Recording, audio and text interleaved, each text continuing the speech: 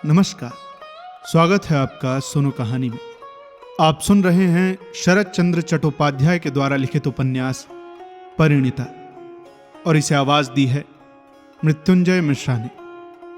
कहानी के पिछले भाग में हमने सुना कि ललिता के मामा ब्रह्म समाजी हो गए हैं।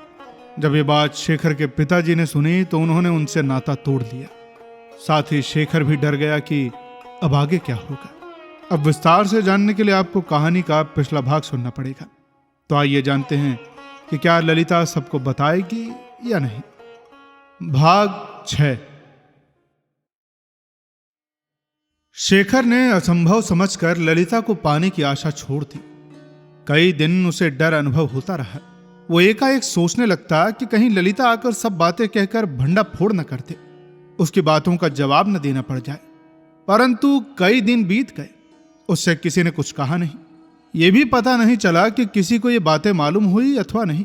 किसी प्रकार की चर्चा ललिता के घर में नहीं हुई और न कोई शेखर के यहां इस विषय के लिए आया। शेखर के कमरे के सामने वाली छत से ललिता के घर की छत साफ दिखाई देती थी। फिर भी शेखर छत पर न खड़ा होता था जिससे उसकी निगाह ललिता पर न पड़े। परंतु 1 माह बिना किसी कहा सुनी के बीत गया तो उसने थोड़ा आराम अनुभव किया और मन में विचार करने लगा कि स्त्री जाति लज्जा और संकोच की मूर्ति है। इस प्रकार की बातों को वो कभी दूसरों पर प्रकट नहीं करती। नारी की छाती फटकर टुकड़े टुकड़े क्यों ना हो जाए, पर उसकी जुबान नहीं हिलती। शेखर के हृदय में इन बातों ने स्थान पा लिया। इस प्रकार औरतों के हृदय की कमजोरी, लज्जा तथा शील के लिए उसने विधाता को बारंबार धन्यवाद दिया। इतना सोचने के पश्चात भी तो उसे चैन न था। उसकी स्थिति सदैव डांवाडोल क्यों रहती है। इस डर के निकल जाने पर भी उसके हृदय में बराबर आंतरिक वेदना क्यों उठती है। ललिता क्या कुछ न कहेगी? वो किसी दूसरे के संग ब्याहे जाने पर तो पूर्ण रूप से खामोश हो जाएगी। ललिता का ब्याह हो गया है और प्रीतम के साथ अपना घर बार संभालने चली गई है। ये सब सोचते ही शेखर के बदन में आग क्यों लग जाती है। उसका क्रोध क्यों सीमा को पार कर जाता है। शेखर अपनी खुली छत पर नियम पूर्वक नित्य टहला करता था। आज भी उसने टहलना शुरू किया, परंतु उस घर का कोई भी प्राणी दिखाई न पड़ा।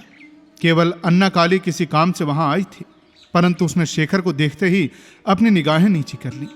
शेखर दुविधा में था कि उसे पुकारे या ना पुकारे। इसी बीच वो आंख के सामने से अदृश्य हो गई। शेखर ने तुरंत समझ लिया कि इस दीवार के बन जाने से दोनों घरों के अलगाव का अनुभव इस अन्ना काली को भी हो गया है। इसी उधेड़ बुन में 1 माह और बीत गया। एक दिन भुवनेश्वरी ने बातों ही बातों में पूछा, शेखर बेटा, क्या इस बीच में ललिता को कभी देखा है? नहीं तो क्या हुआ माँ? करीब 2 महीने बाद उसको मैंने छत पर देखा था और पुकारा भी था, परंतु उसके रंग ढंग से ऐसा लगा कि उसमें बहुत ही परिवर्तन हो गया है। अब वो ललिता नहीं रही, बीमार सी लगती है। चेहरा उदास तथा सूखा हुआ है। देखने में उसकी उम्र भी बहुत प्रतीत होती है। उसको देखकर कोई भी नहीं कह सकता कि अब वो 14 की है। इतना कहते हुए उनकी आंखों में आंसू भर आए। अपनी धोती से आंसू पोंछकर दुख भरे शब्दों में फिर उन्होंने कहना आरंभ किया। वो मैली तथा फटी साड़ी पहने थे, किनारी में पैबंद लगा हुआ था। मैंने उससे पूछा कि बेटी, क्या और कोई साड़ी नहीं है? उसने उत्तर दिया कि है, परंतु मुझे उसके उत्तर पर जरा भी विश्वास नहीं हुआ। अपने मामा की दी हुई साड़ी उसने कभी नहीं पहनी। उसे साड़ी मैं ही देती थी बेटा। और फिर इधर 6-7 माह से मैंने उसे एक भी साड़ी नहीं दी। इतना कहकर वे बिल्कुल चुप हो गई। उनके मुंह से मानो शब्द ही न निकल सके। अपनी भीगी हुई आंखों को उन्होंने धोती से पोंछ डाला। उनके दुख का एकमात्र कारण यह था कि ललिता को अपनी सगी पुत्री के सदृश समझती थी। वहीं शेखर अवाक सा दूसरी तरफ देखता रहा। थोड़ी देर के बाद भुवनेश्वरी ने फिर कहना प्रारंभ किया, बेटा, आज तक मेरे अलावा उसने किसी से कुछ मांगा नहीं।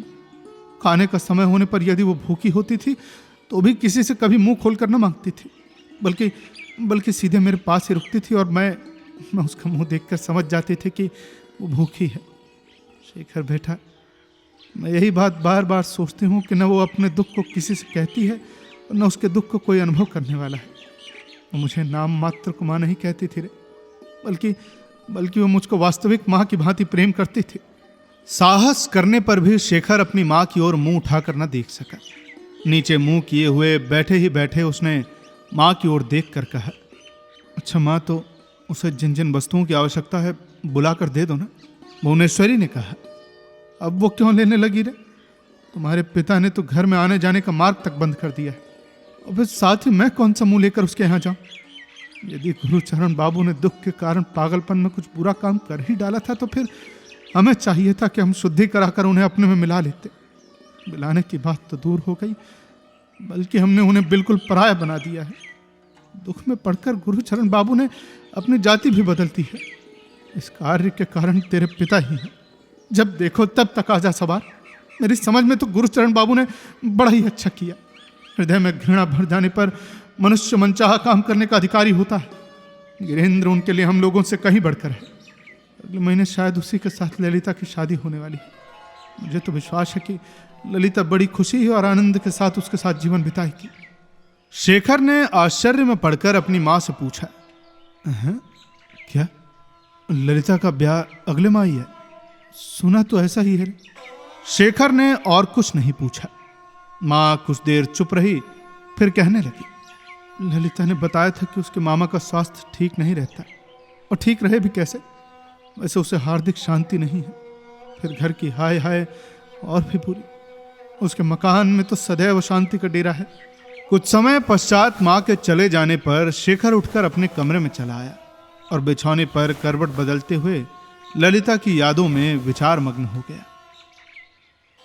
शेखर का मकान एक पहली गली में था। उस गली में 2 गाड़ियां अथवा मोटरें पास होने में बड़ी दिक्कत होती थी। करीब 10-12 दिन बाद शेखर की गाड़ी गुरुचरण बाबू के घर के सामने खड़ी हुई। रास्ता रुके होने के कारण गाड़ी रुक गई। शेखर अपने ऑफिस से वापस आ रहा था। गाड़ी के नीचे उतरकर उसे मालूम हुआ कि गुरुचरण बाबू के यहाँ डॉक्टर आए हैं। कई दिन पहले ही उसने गुरुचरण बाबू की अवस्था के बारे में अपनी माँ से सुना था, इसलिए अपने घर न जाकर उन्हें देखने के लिए वो गुरुचरण बाबू के घर चला आया और सीधे उन्हीं के कमरे में गया। गुरुचरण बाबू निर्जीव से चारपाई पर पड़े थे।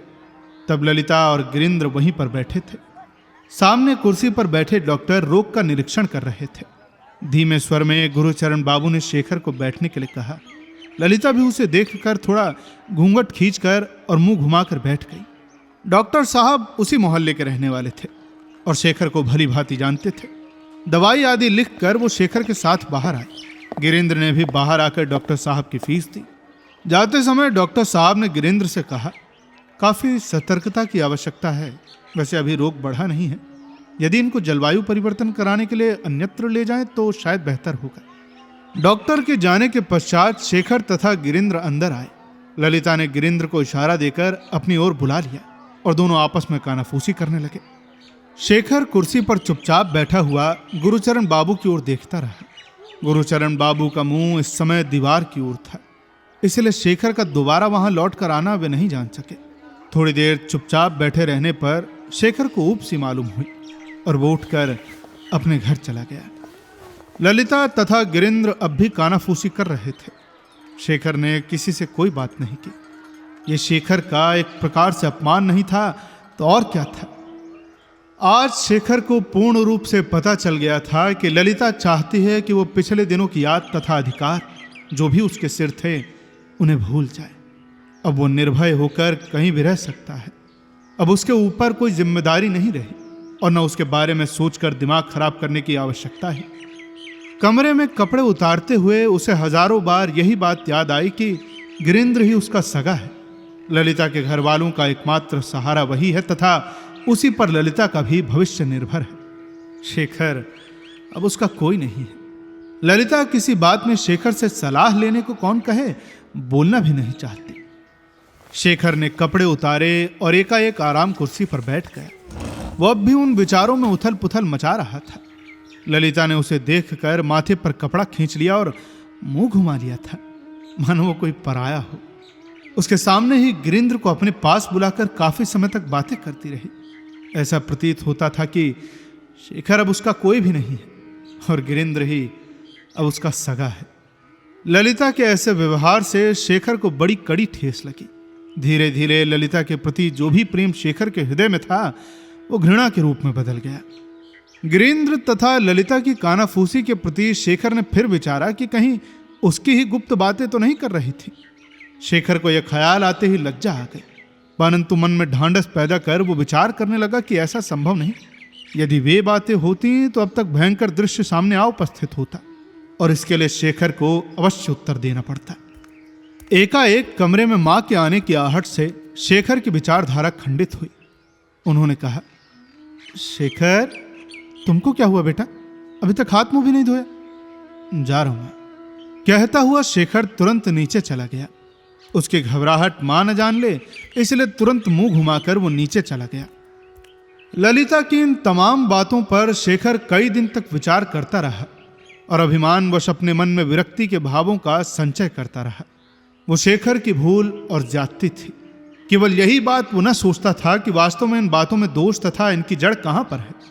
उस दिन से आज तक उसने आशा की एक किरण भी ललिता की ओर नहीं फेंकी। निर्लज्ज ललिता स्वयं उसकी छाती से छाती मिलाकर तमाम बातें करने के लिए तैयार थी, लेकिन उसने उसके लिए भी उसे अवसर नहीं दिया।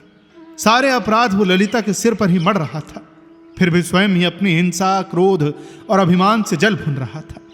शेखर ही नहीं वरन संसार के सारे पुरुष सभी दोष नारी के ऊपर अभिमान पूर्वक मढ़कर एक तरफा फैसला करते हैं। बेचारी नारी को सब कुछ सहन करना पड़ता है।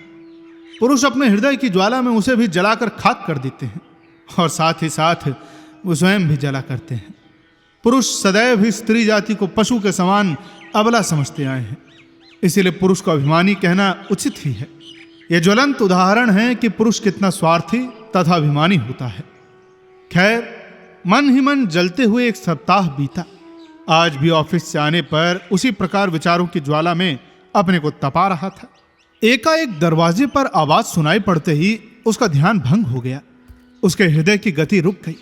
ये देखकर कि अन्ना काली के साथ ललिता उसके कमरे में आई और फर्श पर बिछे हुए गलीचे पर बैठ गई। बैठने के पश्चात अन्ना काली ने कहा, शेखर भैया, हम लोग कल चले जाएंगे, इस कारण हम दोनों आपको नमस्कार करने आई हैं। शेखर चुपचाप उनकी ओर देखता रहा। अन्ना काली ने फिर कहा, भैया, न जाने कितने अपराध अनजाने में ही हमने किए होंगे, उसके लिए हम आपसे क्षमा प्रार्थी हैं। शेखर तुरंत ताड़ गया कि वो अन्ना काली नहीं बल्कि कोई और ही उसके मुंह से बोल रहा है। इस बार शेखर ने पूछा, कल कहाँ जाओगे? पश्चिम की ओर भैया, बाबूजी को मुंगेर ले जाएंगे, वहीं पर गिरीन्द्र बाबू का मकान है। अब शायद हम लोगों का आना बाबूजी के ठीक हो जाने पर भी न हो सकेगा। यहाँ की जलवायु बाबूजी के लिए लाभदायक नहीं है ना। वैसे अब उनका क्या हाल है? अब कुछ ठीक है भैया। अन्ना काली ने यह कहकर बहुत से नए कपड़े दिखाकर कहा, ये सब ताई जी ने दिए हैं। ललिता अब तक खामोश बैठी रही। फिर अपने स्थान से उठकर वो मेज के पास आई और अपने आंचल से ताली खोलकर रखते हुए कहने लगी, ये अलमारी की चाबी अब तक मेरे पास ही थी। फिर थोड़ा सा मुस्कुराई और बोली, परंतु एक पैसा भी बचा नहीं है, सब पैसे खर्च हो गए हैं। शेखर ने कुछ कहा नहीं बल्कि उसकी ओर देखता रहा। अन्ना काली ने ललिता से कहा, अच्छा चलो जीजी, बहुत देर हो रही है। ललिता के कुछ बोलने से पहले ही शेखर ने अन्ना काली से कहा, अन्ना काली, जा जरा माँ से मेरे लिए पान लिया। लेकिन ललिता ने उसे जाने से मना कर दिया और बोली, न तू यहीं रह, मैं ले आ रही हूं। ये कहकर वो शीघ्र ही नीचे चली गई और पान लाकर अन्ना काली को दिया कि शेखर को देते। पान लेकर शेखर निराश हो गया और जीतने की आशा भरे जुआरी की भांति हार जाने पर चुप होकर बैठा रहा। अच्छा तो अब जाती हूं। ये कहकर अन्ना काली ने शेखर के निकट आकर उसका पांव छूकर प्रणाम किया, परंतु ललिता ने वहीं से हाथ जोड़कर प्रणाम किया। फिर दोनों चली गई। शेखर अवाक और निराश बैठा रहा। ललिता आई और जो कुछ कहना चाहती थी वो कह गई, पर विदा के समय शेखर को कुछ मौका न देकर तुरंत चली गई। शेखर वहीं ठगा सा बैठा रह गया, कुछ भी नहीं बोला, मानो वो कुछ कहना ही नहीं जानता था। शेखर ललिता से बहुत कुछ कहने का इच्छुक था, पर मौका ही न पा सका। अन्ना काली को वो शायद इसलिए साथ लाई थी कि इस विषय में कोई बात ना हो। अपने मन में उसने सोचा कि शायद ललिता भी नहीं चाहती कि उस विषय की कुछ बात छिड़े। वो शायद पिछली सब बातें भूल जाना चाहती है। ये सोचकर वो कटी पतंग की भांति लड़खड़ाता हुआ अपने बिस्तर पर गिर पड़ा। उसके हृदय में ललिता के प्रति विरक्ति समा ही रही थी। आज की इस घटना से उसका हृदय और दुखी हो उठा। अब आगे कहानी में क्या होता है, यह जानने के लिए आपको इंतजार करना पड़ेगा कहानी के अगले भाग का। आपको ये कहानी कैसी लग रही है हमें कमेंट बॉक्स में जरूर बताएं। जल्द ही मिलेंगे आपसे कहानी के अगले भाग के साथ। तब तक के लिए सुनते रहिए सुनो कहानी की अन्य कहानियां और अपना ख्याल रखिए। धन्यवाद।